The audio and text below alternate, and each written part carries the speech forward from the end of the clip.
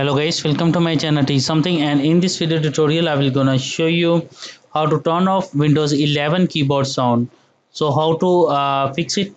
Let's get started. Before starting off the video, I humbly request you please subscribe my YouTube channel for more updates.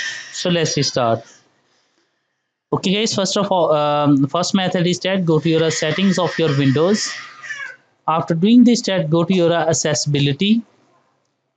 After doing this, that find out a keyboard and click on it. After doing this, chat, open our notification preferences and uncheck the play a sound when a turn sticky filter or toggle keys on or off from keyboard. So uncheck it. After doing this test, close it.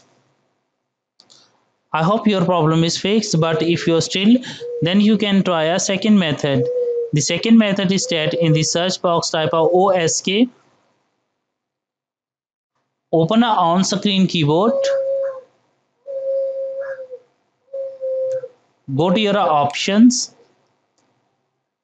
After doing this that uncheck the use click sound. Click on OK button and close it.